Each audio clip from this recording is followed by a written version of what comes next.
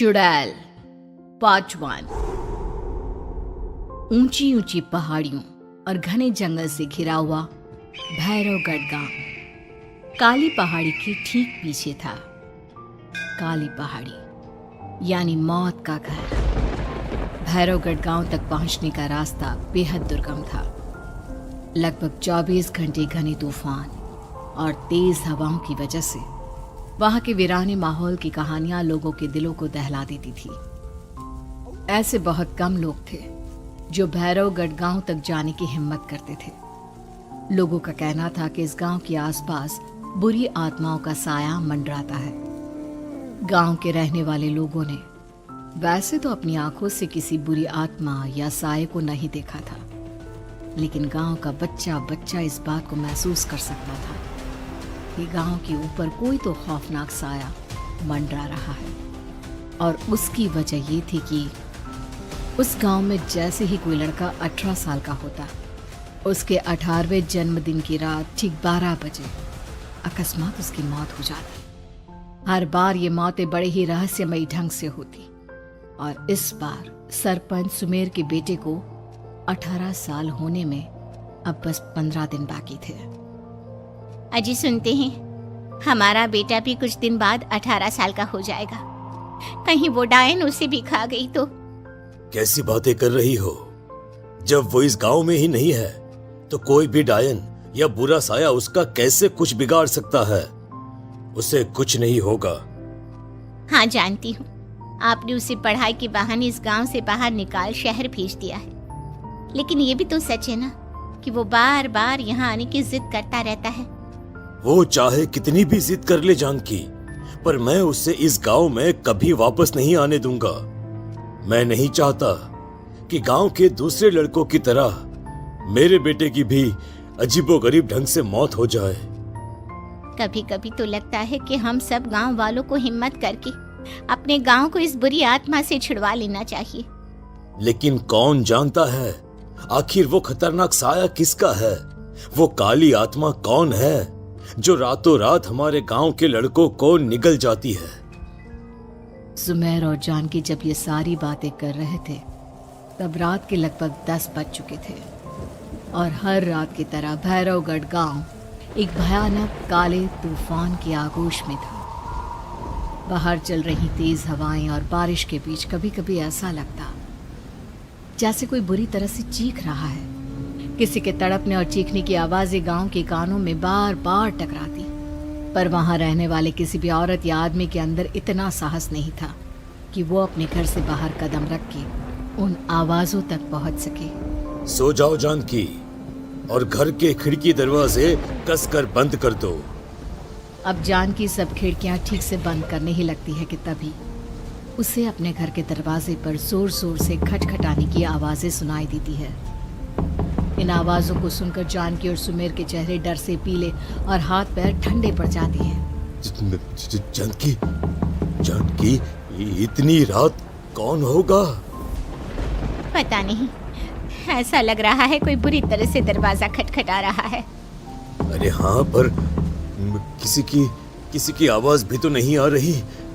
क्या करूं? दरवाजा खोल लूं या नहीं? कहीं ऐसा ना हो कि किसी को हमारी मदद की जरूरत हो। लड़खड़ाते कदमों से सुमेर दरवाजे के करीब जाता है और अपने कान को दरवाजे पर रख धीरे से आवाज देते हुए पूछता है, कौन है? कौन है वहां? तभी एक बेहद डराने वाली आवाज उसके कानों से टकराती है। दरवाजा खोलो, दरवाजा खोलो, वरना आज की रात इस गांव में कोई जिंदा नहीं बचेगा। मैं जानती हूँ तुम्हारा बेटा 18 साल का होने वाला है।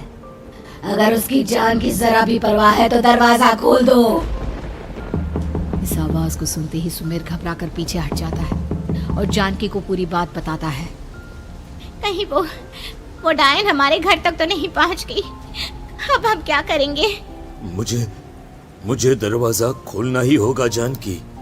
मेरे पास अब कोई रास्ता नहीं है। इतना कहकर सुमेर डर से अपनी दोनों आंखें कसकर बंद करता है और कांपते हाथों के साथ झटके से दरवाजा खोल देता है। तभी किसी के जोर से हंसने की आवाज सुमेर और जानकी को सुनाई देती है। उस आवाज को सुन दोनों दरवाजे की तरफ देखते हैं और सामने अपने बेटे राहुल को खड़ा देख दंग रह जाते हैं। राहुल के हाथ में उसका मोबाइल होता है जिसमें से वो आवाज बज रही थी। ये क्या मजाक है? और तू यहाँ, तुझे मना किया था ना गांव में आने को, समझ में नहीं आता क्या? 18 साल का होने वाला है तू। माँ, आप लोग भी पता नहीं किन अंधविश्वास भरी बातों पर भरोसा करते हैं। क्या मैं अपने घर नहीं आ सकता? आप लोगों से नहीं मिल सकता?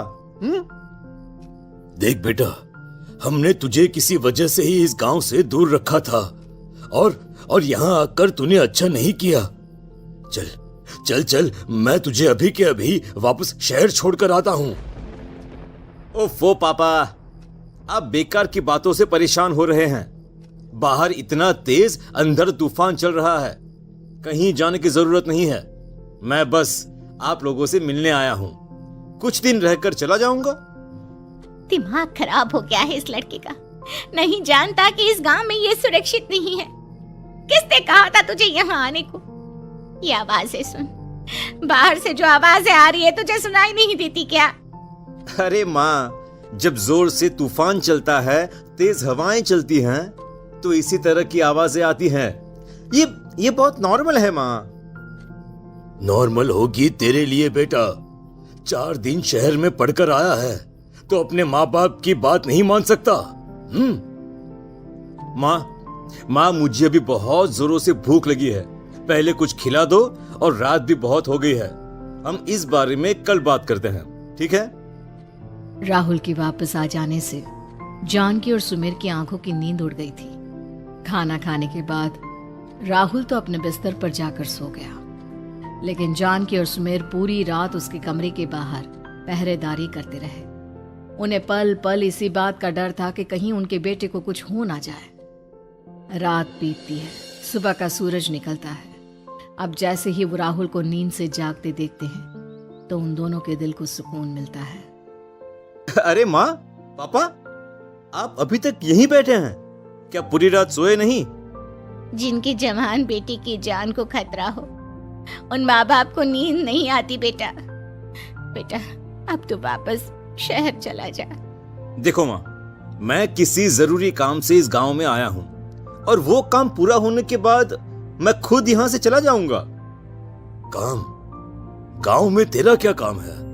पापा, मैं बचपन से ही इस गांव के बारे में बेहद डरावने किस्से सुनते आया हूँ, इसीलिए अब मैं उन्हीं किस्सों के ऊपर डॉक्यूमेंट्री फिल्म बनाऊंगा। रिसर्च करना चाहता हूँ कि आखिर सच्चाई है क्या। हे भगवान, लो जी, सुन लिया, और भेजो इसे पढ़ने के लिए शहर। मैंने आपसे पहले ही कहा था, मेरी बहन के पास दूसरे गांव भेज दो। ना ये शहर जाता और ना उल जुलूल की बात इसके दिमाग में आती। जानकी और सुमेर राहुल को समझाने की बहुत कोशिश करते हैं, पर वो किसी की बात नहीं सुनता और अपना कैमरा लेकर गांव के पास वाली काली पहाड़ी की तरफ निकल जाता है। अब राहुल जैसे ही काली पहाड़ी पर पहुंचता है, उसकी नजर पहाड़ी के ठीक बीचों बीच बनी एक पुरानी झोपड़ी पर पड़ती है। यहाँ भी कोई रहता है क्या? ये इंटरेस्टिंग होगा। राहुल की आवाज पहाड़ों से टकराकर उसके कानों में सुनाई दे रही थी। उसने चारों तरफ का नजारा देखकर वहां की तस्वीरें अपने कैमरे में उतारना शुरू कर दिया। तभी अचानक राहुल ने अपने कैमरे में खींची हुई तस्वीर को जूम करके देखा, और उसमें उसे जो नजर आया वो देखकर राहुल के होश उड़ गए। क्या सचमुच उस गांव के ऊपर किसी बुरी आत्मा का साया था? क्या राहुल की जान बच पाएगी? क्या देखा था राहुल ने उस फोटो में जिसे देखकर वो दंग रह गया? इन सवालों के जवाब जानने के लिए देखिए इस कहानी का अगला भाग।